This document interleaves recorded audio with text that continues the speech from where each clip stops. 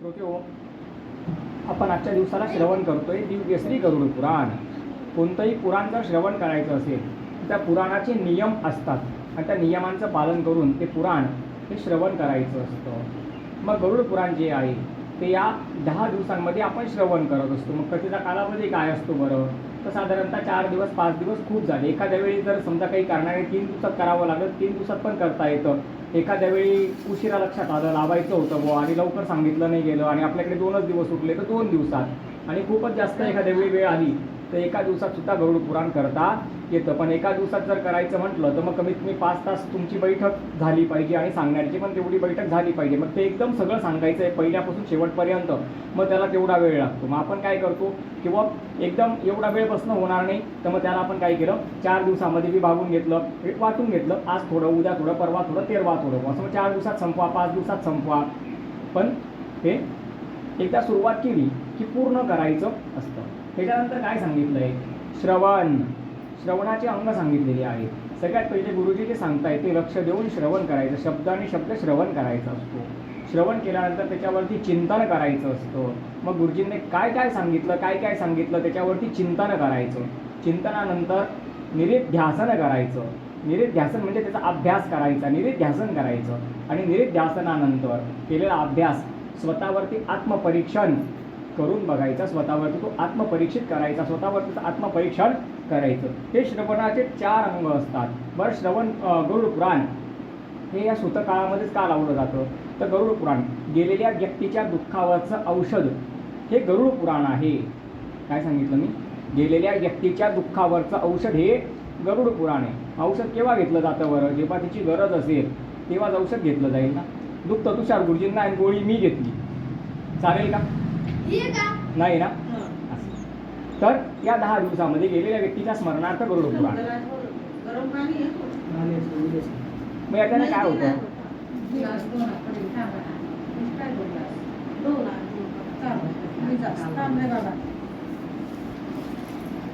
गरुड पुराण श्रवण केल्याने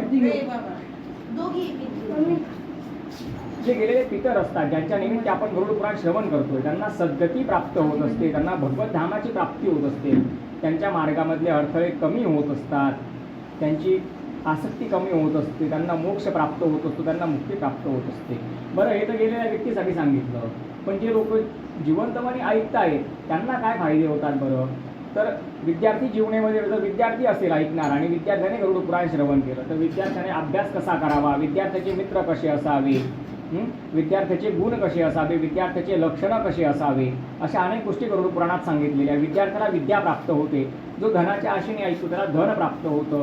जो भक्तीच्या आशेने ऐकतो त्याला भक्ती प्राप्त होते. ज्याला वैराग्य पाहिजे असतं तो वैराग्यवान बनतो. ज्याला ज्ञान पाहिजे तो ज्ञानवान बनतो.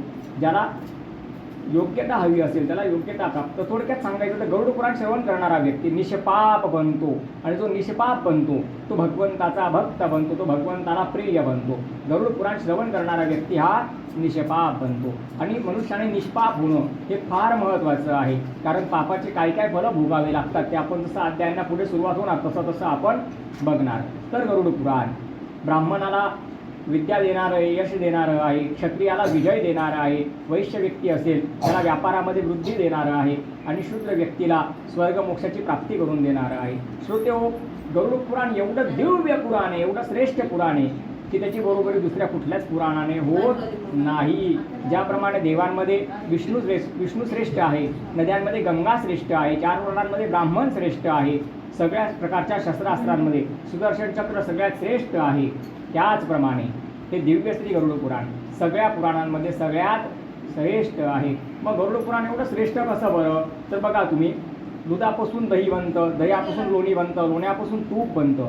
पण दुधाचा भाव आणि तुपाचा भाव दोघांमध्ये फरक आहे ना. पण तूप कशापासून बनलं आहे? दुधापासूनच बनलं आहे ना. तसं हे गरुड पुराण 16 प्रकारचे पुराणं महर्षी वेदव्यासांनी लिहिले तरी त्यांच्या मनाला आत्मशांती मिळाली नाही. मग त्यांनी विचार केला की माझी अजून तृष्णा भागत नाहीये, मला आत्मशांती प्राप्त होत नाहीये, काय करायला पाहिजे? त्यावेळेस त्यांना आठवलं की मृत्यू उपरांत जीवनावरती आपण काहीही लिहिलेलं नाही. तर आपण मृत्यू उपरांत जीवनावरती काहीतरी लिहायला पाहिजे जेणेकरून आपल्या मनाला आत्मशांती प्राप्त होईल. त्यावेळेस महर्षी वेदव्यासांनी या दिव्यस्थिती गरुड पुराणाची रचना केलेली आहे.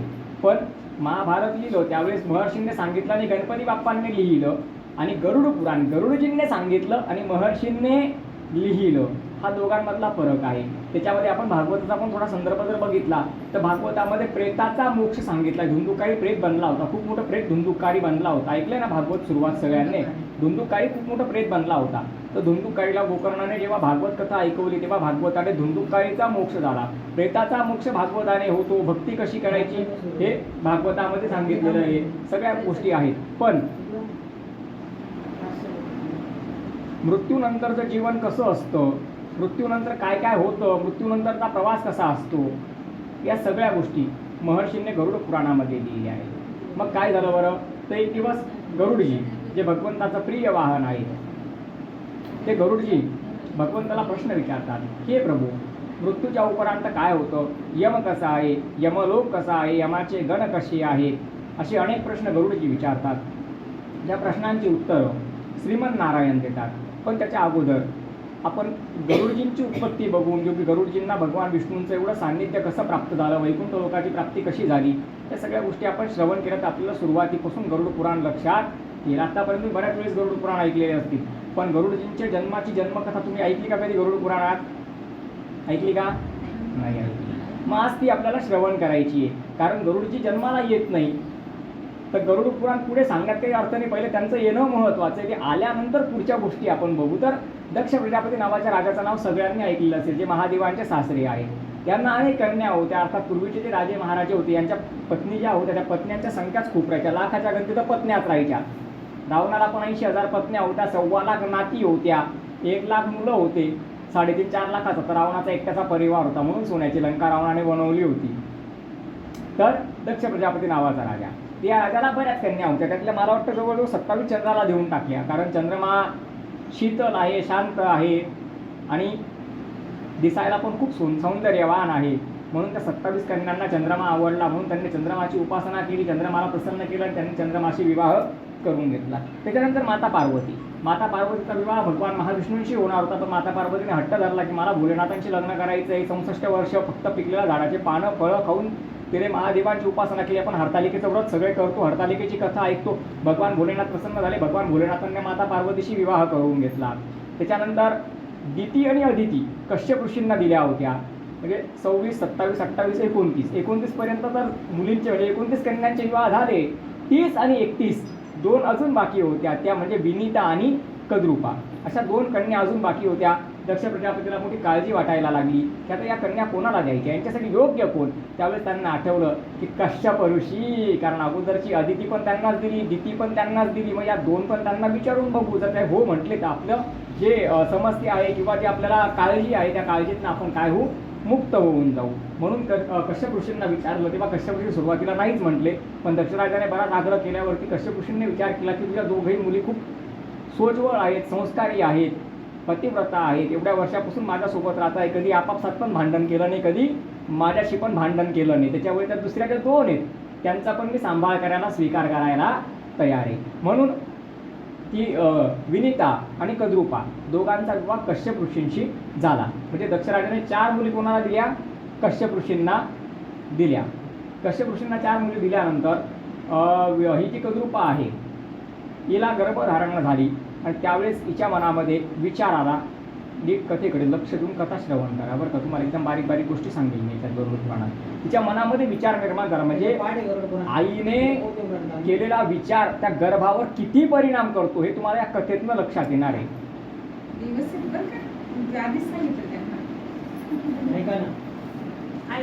तर त्या कद्रुपाने मनामध्ये विचार केला की माझ्या उदरात म्हणजे जन्माला येणारे पुत्र आहे ते स्वतःमध्ये एवढे शक्तिशाली असायला पाहिजे की त्यांच्यामध्ये स्वतः विष निर्माण करण्याची शक्ती असायला पाहिजे. आणि त्या विचारामुळे त्या गर्भाने बाळाचा आकार न घेता वेगळाच आकार घ्यायला सुरुवात केली.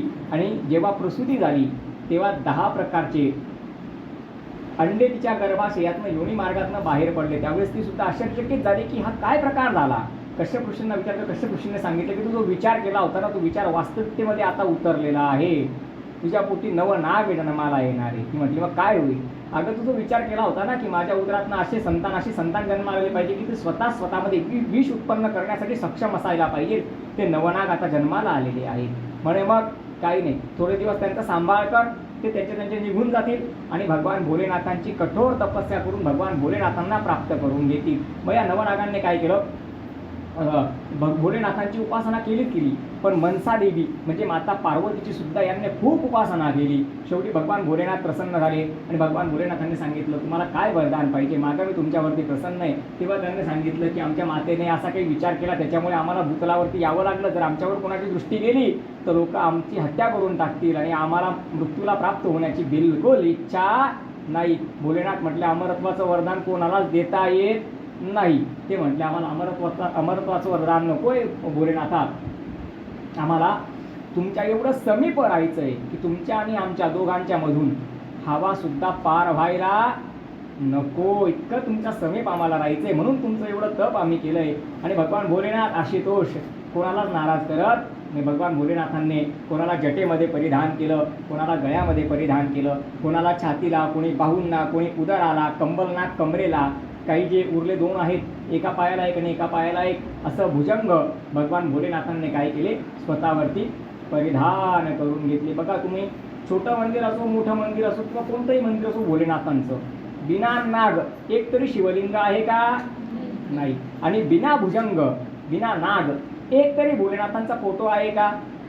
एकट्या भोलेनाथांचा फोटो बघितला माता पार्वती राहणार नाही, कार्तिक स्वामी राहणार नाही, गणपती बाप्पा राहणार नाही, अशोक सुंदरी राहणार नाही, पण शेषनाग, एक वेळेस नंदी बाबा पण नसतात फोटोमध्ये, पण शेषनाग असतोच गळ्यामधला भुजंग.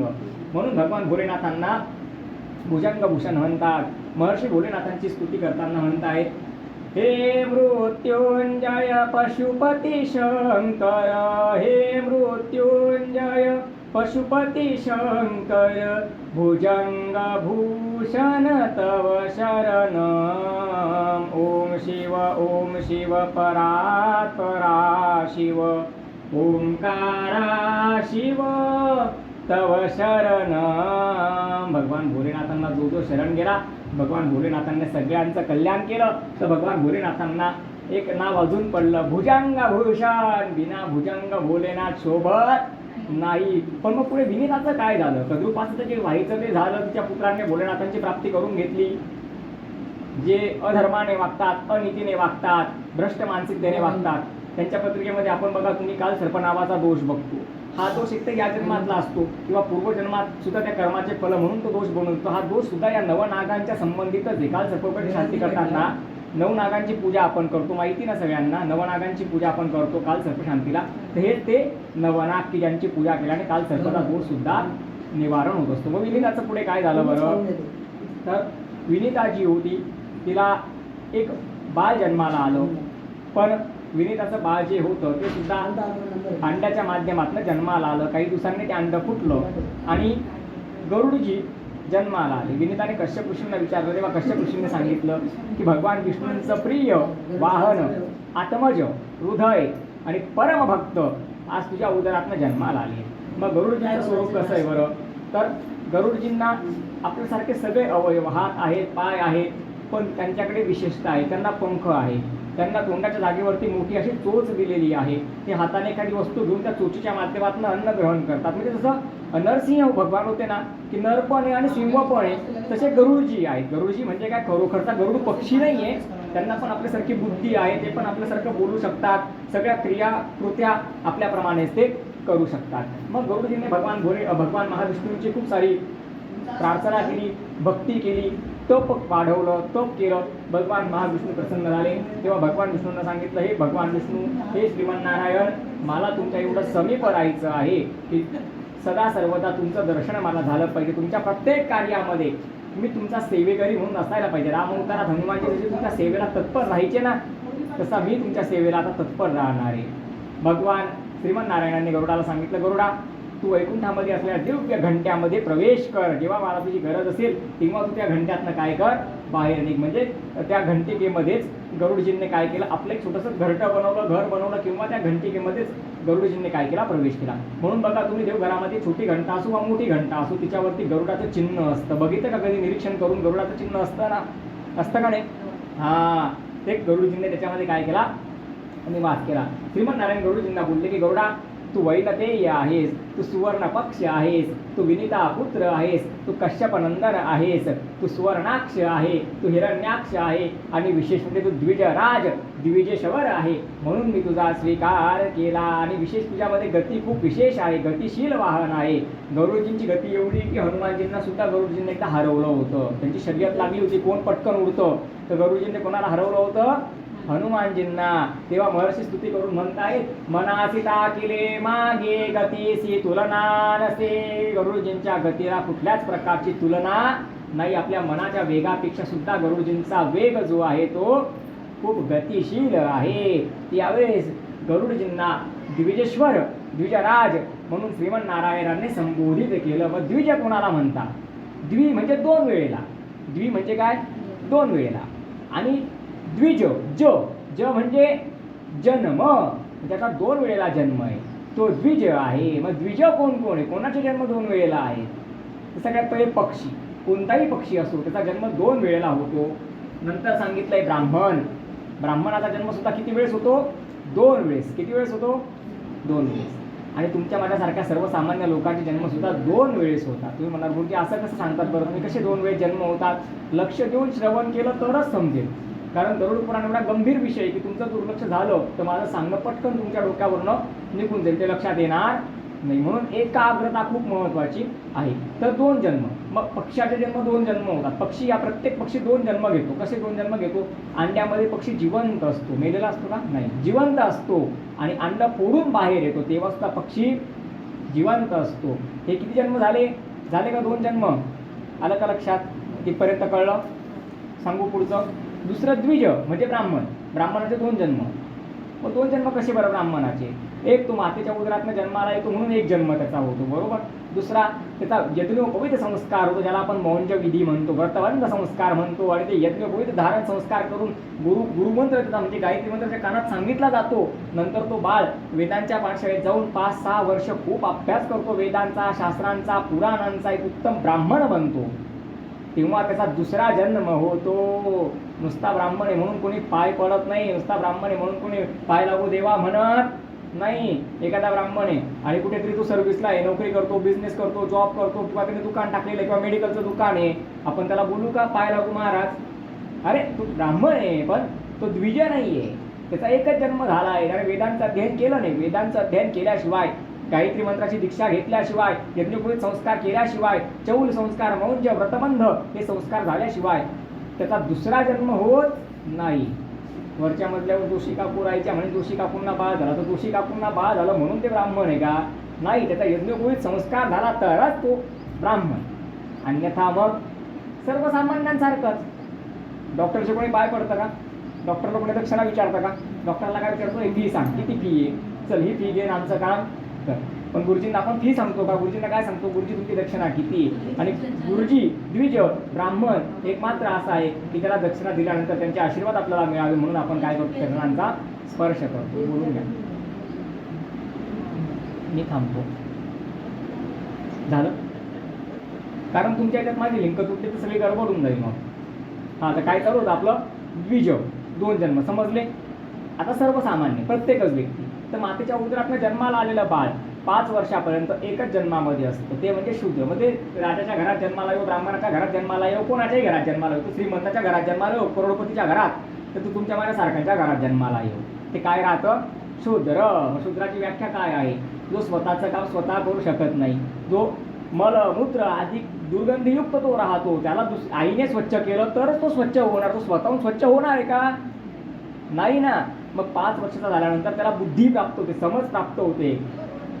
समज कशी समज प्राप्त होते की नाही, जर बाथरूम असेल तर आपण बाहेर जायला पाहिजे, हां, दीर्घशंका असेल तर बाहेर जायला पाहिजे, स्वतःला शुद्ध ठेवायला पाहिजे, चांगले कपडे घातले पाहिजे, चांगलं राहिलं पाहिजे, चांगल्या विचारांचं पालन केलं पाहिजे, चांगलं आचरण केलं पाहिजे. आणि असं सगळं करत करत करत करत स्वतःला जेव्हा तो घडवत जातो तेव्हा त्याचा खऱ्या अर्थाने दुसरा जन्म होत असतो.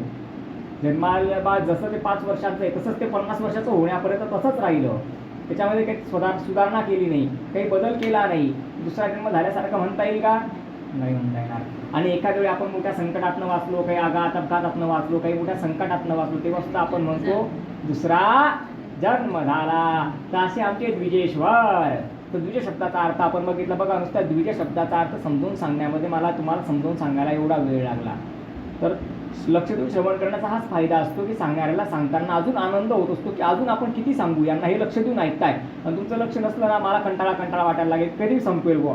म्हणून लक्ष देऊन श्रवण करण्याचं खूप महत्त्व असतं. कारण लक्ष देऊन श्रवण केलं तर सांगणाऱ्यालाही म्हणजे सांगितलेलं तुम्हाला लक्षात येतं. आणि कथा श्रवण केल्यानंतर त्या कथा कानांच्या माध्यमातून आपल्या हृदयामध्ये साठवायच्या असतात आणि त्याप्रमाणे आपल्या स्वतःमध्ये बदल करायचा असतो. एवढं 4 दिवसांचं गरुड पुराण श्रवण करून जर मनुष्य स्वतःमध्ये बदलच करत नसेल तर ते गरुड पुराण सांगण्याचं सांगणं पण वाया आहे, दक्षिणा देण्याची दक्षिणा पण वाया आहे, आणि तुमचा ऐकण्याचा वेळ सुद्धा तुमचा तुम्ही काय करताय, वाया घालताय. म्हणून एवढ्या मोठ्या पुराणाचं श्रवण जर तुम्ही करतायत ना, तर तुमच्यामध्ये बदल. मग बदल कसा? ज्या ज्या गोष्टी तुम्हाला या 4 दिवसामध्ये जाणवेल की हे माझं चुकतंय किंवा हे मला चुकीचं वाटतंय, त्याच्यात लगेच काय करायची, सुधारणा करून टाकायची, बदल करून टाकायचा. तर असे हे गरुडजी भगवंताचे आत्मज, भगवंताचे हृदय, भगवंताचा प्राण आणि भगवंताचा श्वास. दुसरं कोणी जर विचारलं असतं तर भगवंतांनी एवढ्या गुप्त गोष्टी सांगितल्या नसत्या. जी लक्ष्मी सदा सर्वदा प्रभूंचे चरण दाबते त्या लक्ष्मीला कधी एवढी गुप्त गोष्ट सांगितली नाही. तर ती गुप्त गोष्ट कधी नारदजींना सांगितली नाही. दुसऱ्या कोणाला सांगतील असं वाटतं तुम्हाला? आपल्यासारख्या माणसाला कळतं काय सांगायचं आणि काय नाही सांगायचं. जे जगाचे अधिपती जगतपती आहेत. तुम हो एक अगोचर सबके प्राणपती, किस विध मिलू दयामय तुमको मैं कुमती. ओम जय जगदीश हरे. ते जगदीश्वर आहे, ते संपूर्ण जगाचे ईश्वर आहेत. त्यांना एवढी छोटी गोष्ट कळणार नाही का? पण गरुडजी सगळ्यात जवळचे होते. आणि माणसाला सगळ्यात जास्त धोका कोणापासून असतो माहिती का? जो सगळ्यात जास्ती जवळ आहे त्याच्यापासून धोका. क्रिकेटची मॅच बघताना सगळे माहिती ना क्रिकेटची मॅच कशी खेळली जाते. त्या बॅट्समनला ना बॉलरची भीती वाटत ना बाकीचे ते रिंगणामध्ये उभे त्यांची भीती वाटत. त्या बॅट्समनला सगळ्यात जास्त भीती वाटते ते स्टंपच्या मागे जो उभा आहे ना विकेट किपर, त्याची जास्त भीती वाटते. कारण की थोडीशी चूक तो संधी साधेल लगेच. म्हणजे जवळचा व्यक्ती जो असतो ना त्याला आपले सगळे बटणं माहिती असतात. तर गरुडजी भगवंताचे इतके जवळचे होते, गरुडजींना माहिती होतं की असं काय विचारलं म्हणजे हे सांगतील, सहजासहजी तर सांगणार नाही. मग गरुडजींनी काय सांगितलं माहिती का? प्रभू मी यमलोकात जाऊन येऊ का, मी यमलोक बघून येऊ का? तेव्हा प्रभूंनी सांगितलं तुला मध्येच काही यमलोकात जाण्याची हुक्की आली, असं जाता नाही यमलोकामध्ये. यमलोकाचा नियम आहे. यमलोकाचा धर्मात्मा पुण्यात्मा व्यक्ती गेला तर या पापी जीवांना जेवढ्या पण यातना दिल्या जातात त्यांना त्याच्या यातना होत नाही. तो सिस्टमच त्यांचा पूर्ण बंद पडून जातो. काय उपयोग होतो? काहीच उपयोग होत नाही. म्हणून गरुडजींना श्रीमंतनारायणाने सांगितलं तू जाऊ नको. तुला जे जे प्रश्न असतील ते मला इथे विचार, तर तुला इथे बसल्या बसल्या सगळ्या प्रश्नांची उत्तरं मी देतो. त्यावेळेस गरुडाने बरेच प्रश्न आपले स्वामी असलेल्या श्रीमंतनारायणांना विचारले आणि श्रीमंतनारायणांनी उत्तरं दिले. पण त्यावेळेला महर्षी त्या ठिकाणी उपस्थित होते आणि महर्षींचा आणि गरुडजींचा पहिलेपासूनचा हा विचार होता की मी बरोबर शब्दामध्ये अडकवेल आणि त्यांच्याकडनं ज्ञान प्राप्त करून घेईल, विचारून घेईल. पण एवढं सांगितलेलं मी खगेश्वर असून सुद्धा लक्षात ठेवू शकणार नाही. म्हणून तुम्ही काय करा महर्षी, पटापट लिहून घ्या. कारण महर्षी लिहिण्यामध्ये इतके चतुर होते. एकदा ठेवलेला पेन संपूर्ण लिहिल्याशिवाय ते लेखणी उचलत नव्हते, इतकी त्यांची प्रॅक्टिस होती. आपण लिहितो तर कसं लिहितो, एक एक अक्षर लिहितो ना, काना मात्रा विलांटी उकार, पेन प्रत्येक वेळेला आपल्याला उचलावा लागतो. महर्षींना पेन उचलायची गरज नव्हती पडत. एकदा ती शाईमध्ये पेन डुबवला, एक कागद घेतला की जेवढं सांगितलं तेवढं पटापट त्यांचं लिहिलं जायचं. म्हणून तर 18 पुराणं लिहून झाले. आपल्यासारखे खेळत बसले असते कधी पुराणं संपले असते. अहो एकेका पुराणात किती किती श्लोक आहेत. तर गरुडजींनी विचारलं आणि महर्षींनी काय केलं, त्याला लिहिलं. आणि नेमकं लिहिताना थोडीशी गडबड झाली. अगदी पहिल्याच अक्षराला गडबड झाली. काय गडबड झाली बरं? महर्षींनी ग्रंथाची सुरुवात केली ज अक्षरावर आणि गरुडजींनी ते बघितलं. कथा समजते सगळ्यांना? बोरणे होते, लक्षात येतंय? हां. तर गरुडजींनी विचारलं ज अक्षरावरनं, अहो महर्षी तुम्ही महर्षी आहात, बुद्धिमता वरिष्ठ आहात, ज्ञानीना मग्रगण्यम आहात, विशाल बुद्धी आहात, 17 पुराण 16 पुराण तुम्ही लिहिलेत, सगळे नियम तुम्ही बनवले, सगळे नियम तुम्हाला माहिती आहेत. म्हणे मग काय झालं? म्हणे अहो तुम्ही ज अक्षरावरनं सुरुवात का केली? स्वतःच नियम बनवायचे, स्वतःच नियम मोडायचे असं काही आहे का? म्हणे महर्षी म्हटले बिलकुल नाही. म्हणे तुम्ही ज अक्षरावरनं सुरुवात का वर केली? त्यावेळेस महर्षींनी सांगितलं, अरे मी गरुड पुराणाची सुरुवात ज अक्षरावरनं केली असं नाही बरं का, मी भागवताची सुरुवात सुद्धा कोणत्या अक्षरापासून केली गरुडा, ज अक्षरापासून केली. भगवंताचं अत्यंत प्रिय असलेलं गोपी गीत त्याची सुरुवात कुठून केली, ज अक्षरावरनं केली. सगळ्या पुराणांमध्ये श्रेष्ठ असलेल्या गरुड पुराणाची सुरुवात कुठल्या अक्षरावरनं केली, ज अक्षरावरनं केली. पण नियम तर असा आहे की ज अक्षरावरनं सुरुवात करा.